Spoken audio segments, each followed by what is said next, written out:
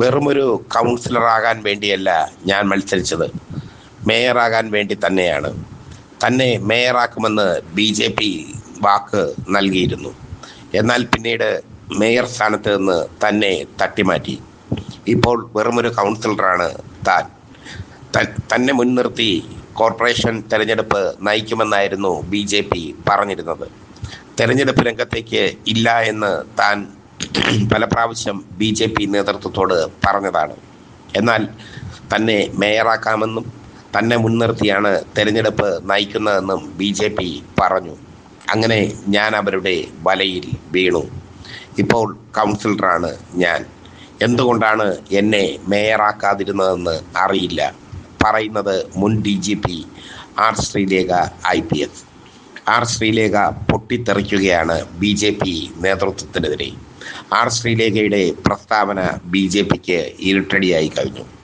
ശ്രീലേഖ മേയറാകാത്തതിൽ തൻ്റെ അതൃപ്തി പല പ്രാവശ്യം പ്രകടിപ്പിച്ചിരുന്നു.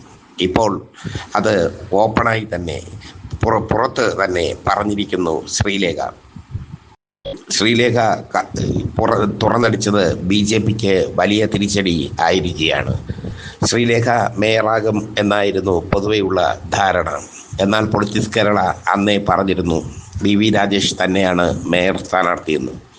VV രാജേഷിനെ എന്തുകൊണ്ട് മേയറാക്കിയെന്ന് തനിക്കറിയില്ല എന്നും അത് BJP നേതൃത്വത്തോട് ചോദിക്കണമെന്നും ശ്രീലേഖ പറഞ്ഞു.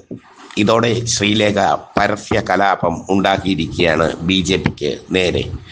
ജനങ്ങൾ തെരഞ്ഞെടുത്ത സ്ഥിതിക്ക് 5 വർഷം താൻ കൗൺസിലറായി പ്രവർത്തിക്കുമെന്നും ശ്രീലേഖ പറഞ്ഞു. മേയർക്കും ഡെപ്യൂട്ടി മേയർക്കും എല്ലാ ആശീർവാദങ്ങളും താൻ നേർന്നിട്ടുണ്ട്. തന്നെ വഞ്ചിക്കുകയായിരുന്നു പക്ഷേ BJP നേതൃത്വം. ശ്രീലേഖയുടെ വാക്കുകൾ BJPയിൽ വലിയൊരു പൊട്ടിത്തെറിക്ക് വകവയ്ക്കുകയാണ്. ശ്രീലേഖ പറയുന്നു, BJPയുടെ സംസ്ഥാന നേതാക്കളിൽ ഒരാളാണ് താൻ. 10 വാർഡുകളുടെ ചാർജ് തനിക്കുണ്ട് എന്നായിരുന്നു BJP പറഞ്ഞിരുന്നത്. എന്നാൽ തെരഞ്ഞെടുപ്പ് അടുത്തപ്പോൾ ആ ചാർജൊന്നും തനിക്ക് നൽകിയില്ല. 10 വാർഡുകളുടെ ചുമതല വഹിക്കേണ്ട താൻ തെരഞ്ഞെടുപ്പിന് നിന്നപ്പോൾ ഒതുക്കപ്പെടുകയായിരുന്നു എന്നാണ് ശ്രീലേഖ പറയുന്നത്. ഇതോടുകൂടി തിരുവനന്തപുരം കോർപ്പറേഷനിൽ BJPയുടെ തമ്മിലടി ആരംഭിച്ചിരിക്കുന്നു. ശ്രീലേഖ കൗൺസിലറായ ശേഷം പലവിധത്തിലുള്ള വിവാദങ്ങൾ ഉണ്ടാക്കിയിരുന്നു. പലവിധത്തിലുള്ള വിവാദങ്ങൾ എന്ന് വെച്ചാൽ പ്രധാനമായും മേയർ സത്യപ്രതിജ്ഞ ചെയ്തപ്പോൾ മേയറുടെ സത്യപ്രതിജ്ഞാ ചടങ്ങിൽ മുഴുവനും പങ്കെടുക്കാതെ ശ്രീലേഖ ഇറങ്ങിപ്പോയി. പിന്നീട് മേയറും ഡെപ്യൂട്ടി മേയറും ശ്രീലേഖയെ വീട്ടിൽ പോയി കണ്ടു. ശ്രീലേഖയെ വീട്ടിൽ പോയി കണ്ട് അനുനയിപ്പിക്കാൻ കരമന ജയനും BJP നേതാക്കളായ കരമന ജയനും S. സുരേഷും ശ്രമിച്ചു. പക്ഷേ അതിലൊന്നും ശ്രീലേഖ ഒതുങ്ങുന്നില്ല. തന്നെ ചതിച്ചു, BJP തന്നെ ചതിച്ചു എന്നാണ് ശ്രീലേഖ ഇപ്പോൾ പറയുന്നത്. കേന്ദ്ര സംസ്ഥാന നേതൃത്വങ്ങൾ തന്നെക്കാൾ യോഗ്യത VV രാജേഷിനുണ്ടെന്ന് ധരിച്ചിട്ടുണ്ടാകും, അല്ലെങ്കിൽ അങ്ങനെ അവർ കരുതിയിട്ടുണ്ടാകും എന്ന് പറഞ്ഞ് അവരെ തള്ളിക്കളയാൻ, മേയറെയും ഡെപ്യൂട്ടി മേയറെയും തള്ളിക്കളയാൻ താൻ ആളല്ല. ഇതൊക്കെയാണ് ശ്രീലേഖ പറഞ്ഞിരിക്കുന്നത്. ശ്രീലേഖയും പ്രശാന്തുമായിട്ടുള്ള വിവാദം, അതിൽ BJP നേതാക്കൾ ഇടപെടാത്തതിൽ ശ്രീലേഖയ്ക്ക് അസംതൃപ്തിയുണ്ട്. പ്രശാന്തും ശ്രീലേഖയും തമ്മിലുള്ള യുദ്ധം ഒരു പരിധിക്കപ്പുറം വളർന്നുപോയി. CPM അതിനെ രാഷ്ട്രീയമായി ഉപയോഗിക്കുകയും ചെയ്തു.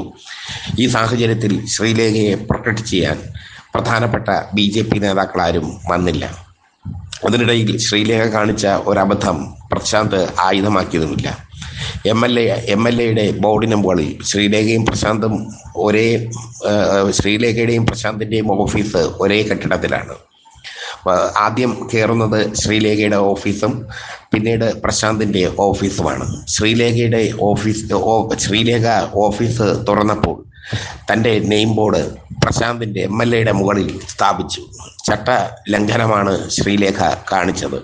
പക്ഷെ അത് പ്രശാന്ത് ആയുധം ആക്കിയില്ല. അതും കൂടി പ്രശാന്ത് ആയുധമാക്കിയിരുന്നെങ്കിൽ ശ്രീലേഖ ആപ്പിലാകുമായിരുന്നു.